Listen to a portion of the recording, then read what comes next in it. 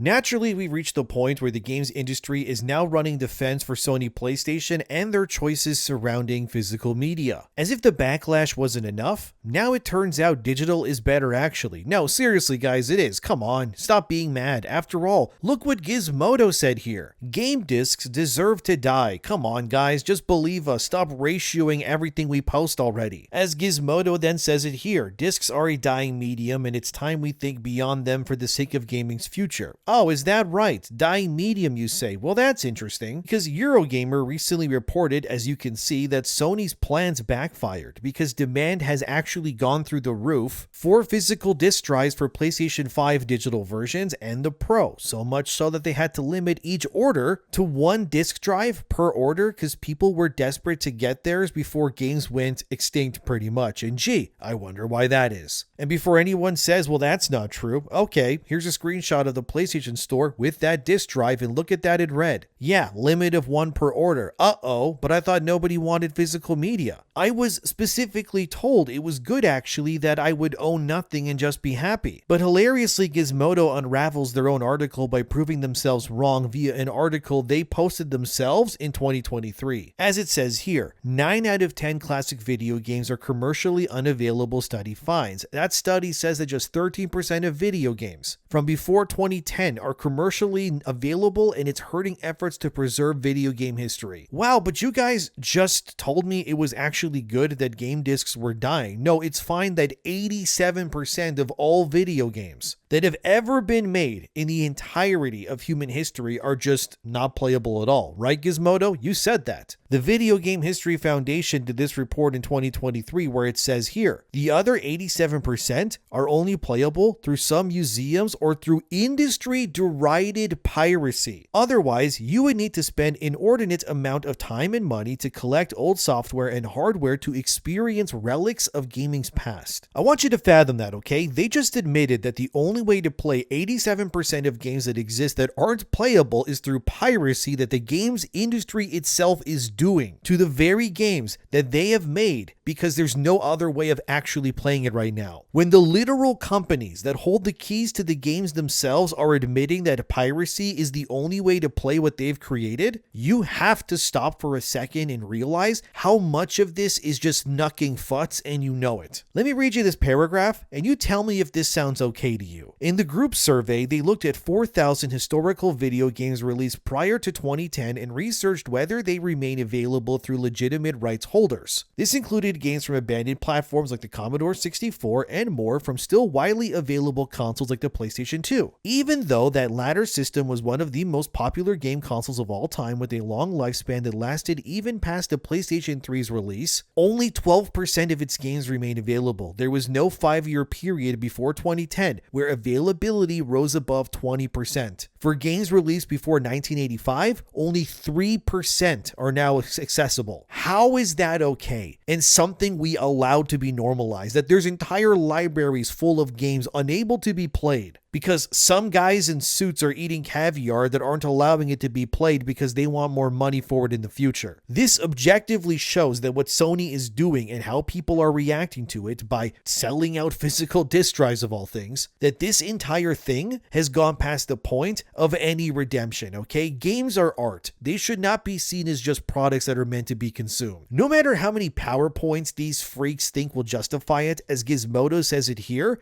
digital is the way to go because physical media degrades apparently. They do make a good point, at least at the end there, that there needs to be a way to access your media in a digital format that works, but the problem, like always, is that said ownership is not real, and that is the root of the issue. The part that annoys me is that Sony knows that this embrace of ownership is why they won the console war back in 2013. If you recall, Sony came on stage and announced that there would be no changes to your library at E3 2013. It was a huge big win, right? Xbox, however, they tried to do the opposite, and it was the reason they lost the console war right out of the gate following that PS4 versus Xbox One race, because they wanted to limit ownership when Sony at the time wasn't interested in it whatsoever. As this tweet from 2013 when it all showed, right? Sony back then understood this. They knew that their pro-consumer strategy is why they won that console war and why the PS4 was so successful for them. So to turn around around and then pull an Xbox One 13 years later, it's betrayal. It is. How else can I say it? Sites like Does It Play, as seen here, confirm that roughly 82% of physical PlayStation games can be played using just the disc. Although this number is likely going to become a memory for Sony as time goes on, but it proves that offering physical is still what people want. Because we want to own what we buy. In most other things, if I buy something, I do own it. If I get myself a TV or a monitor or a CD to listen to music or a vinyl, it's mine. It's same thing that goes for my controllers for whatever console or anything else. The fact that games, which are arguably very expensive, aren't means most people likely just won't buy the majority of games that release then if that's what happens. Because why pay full price for something that I don't own, right? Many players would be vindicated in being cheap or just not buying games until they go on these deep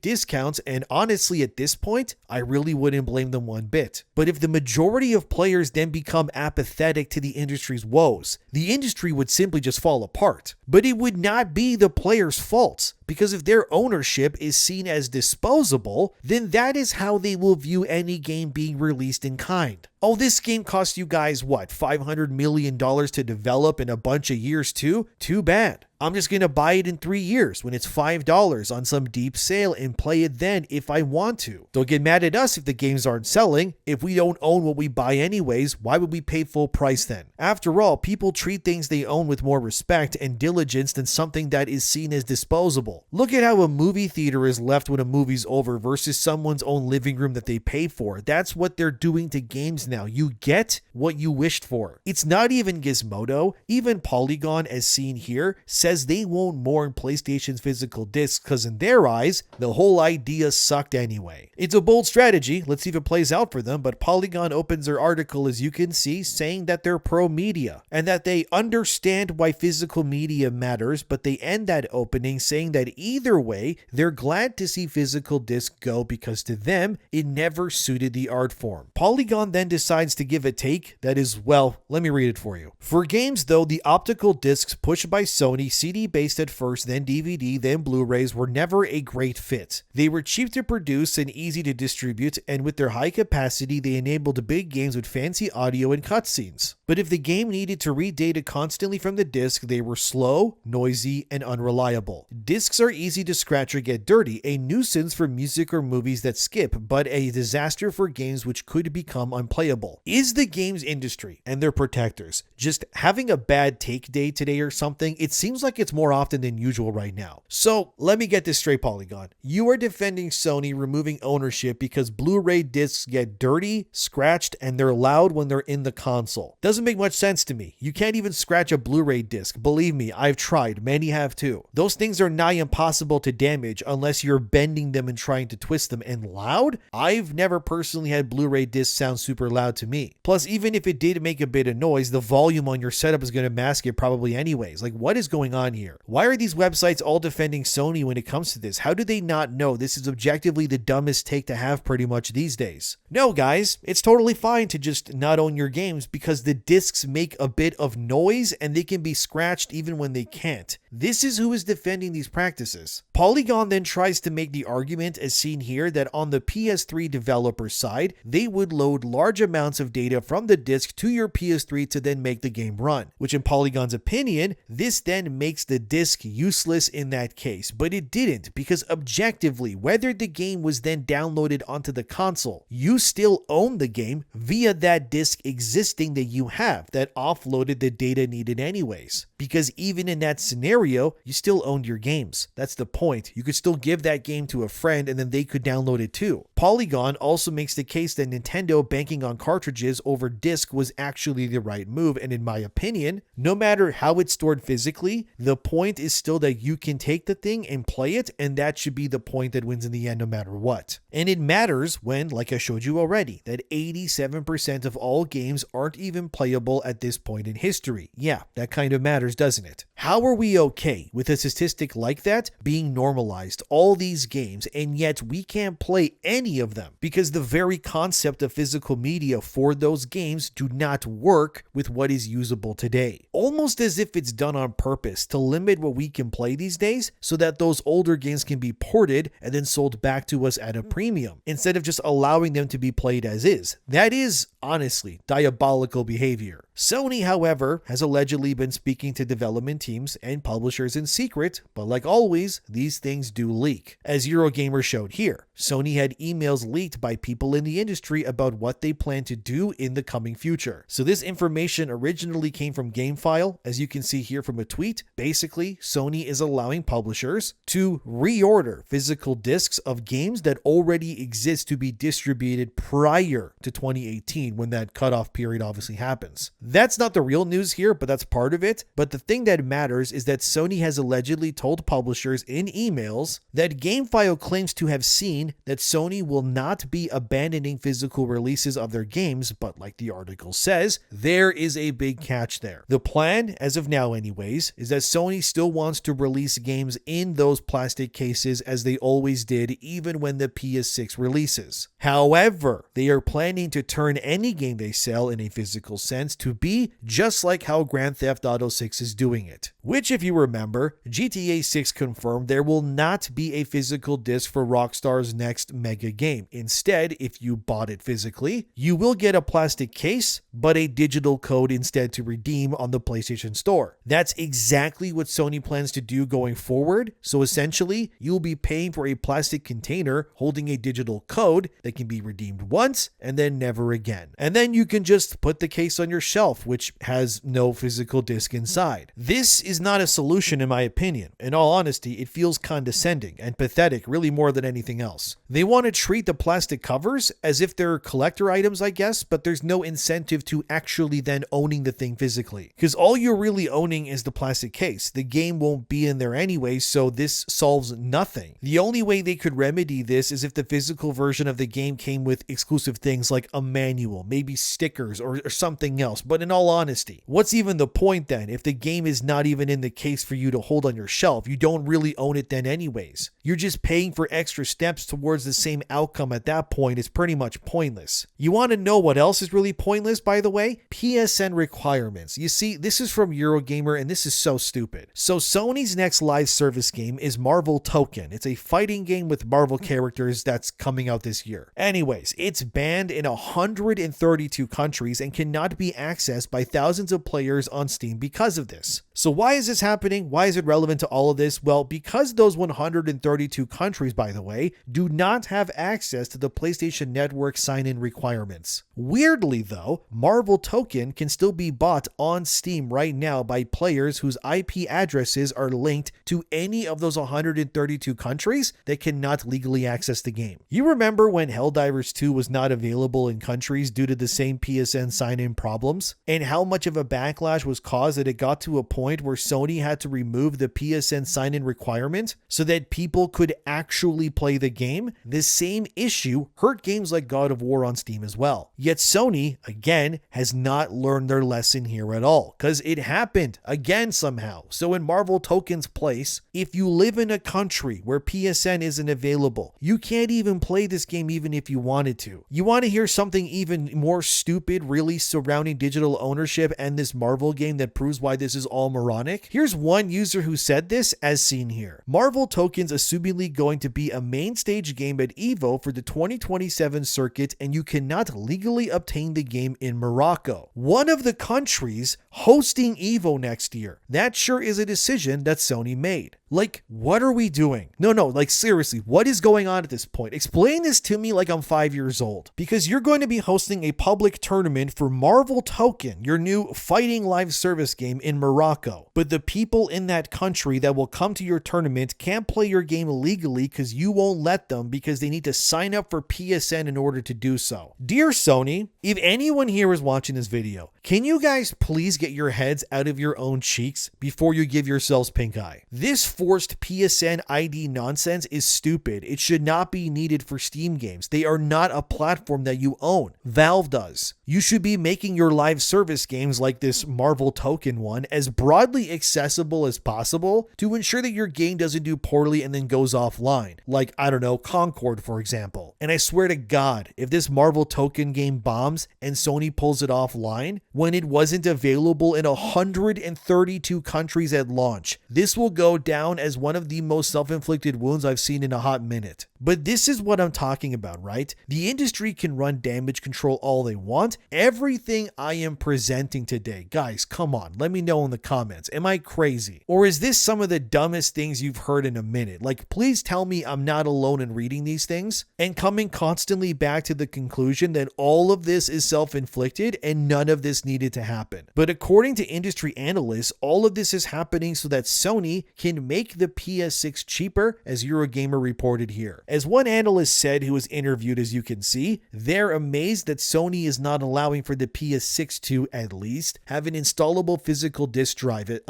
That's like the bare minimum at this point. Okay, sure, fine. The PS6 won't launch with a disk drive. I mean, the PS5 had this as an option at launch. Even the PS5 Pro had no disk drive unless you paid for it, like I showed earlier, which many are doing, but foregoing it altogether, that seems like a terrible idea. According to Ampere analysts, as I highlighted, this is all being done to reduce the price of the PS6, and they believe that it's an easy win in their eyes in the long run, which is definitely a take, I'll give them, but not what I would say, but alright. Alinea Analytics, as seen here, believes that Grand Theft Auto 6 and Rockstar are what led to Sony pushing for this future. If you believe the rumors, GTA 6 has apparently already secured millions of copies sold in pre-orders already on PSN, all digital, of course. And Sony likely looked at this and realized, oh, they could do the same with their own games, and that this news was masquerading as bad news pretty much happened in order to then get lost in the noise, which is typical company nonsense 101, although as they say here, the writing was on the wall. Analysts believe everyone from Xbox to Nintendo even will be following in Sony's footsteps. However, in my opinion, I don't think Nintendo will be doing that. Nintendo knows that a big part of their business is physical media, and I don't just mean the games in the cases, but goods in general. For example, Nintendo has entire amusement parks in Japan dedicated solely to their IP, where families and fans can travel to in order to experience their IPs firsthand. For example, you have Super Nintendo World, which is located in Osaka, California, and Florida at the Universal Studios amusement parks, if you didn't know. In these locations, people can go enjoy and buy Nintendo-related products that are physical. Toys, keychains, even like eat food that is Nintendo-themed, like Pokemon-centric meals and drinks too. I think a big reason why Nintendo is able to succeed in this way is pretty simple, because they have games that people connect to in a way that feels, I guess for lack of a better word, retro in a sense. Plus, you have to remember, a big driving force of Nintendo products is, of course, kids playing their games all of the time. Pokemon alone would be absolutely stupid to remove physical game releases from store shelves either now or in the future, because you would be losing out on so much money from those kids walking past the stores in these malls or wherever they are with their mom and dad and seeing that bright, shiny new Pokemon game that they want to play so badly. It makes sense for Nintendo, at the very least, to never abandon the concept of physical, because it is literally tied to how people view and perceive their IPs in the world. If someone buys a Pokemon game and has the cartridge inside, they're gonna then go buy a Pikachu plushie or Super Mario hat or whatever. You get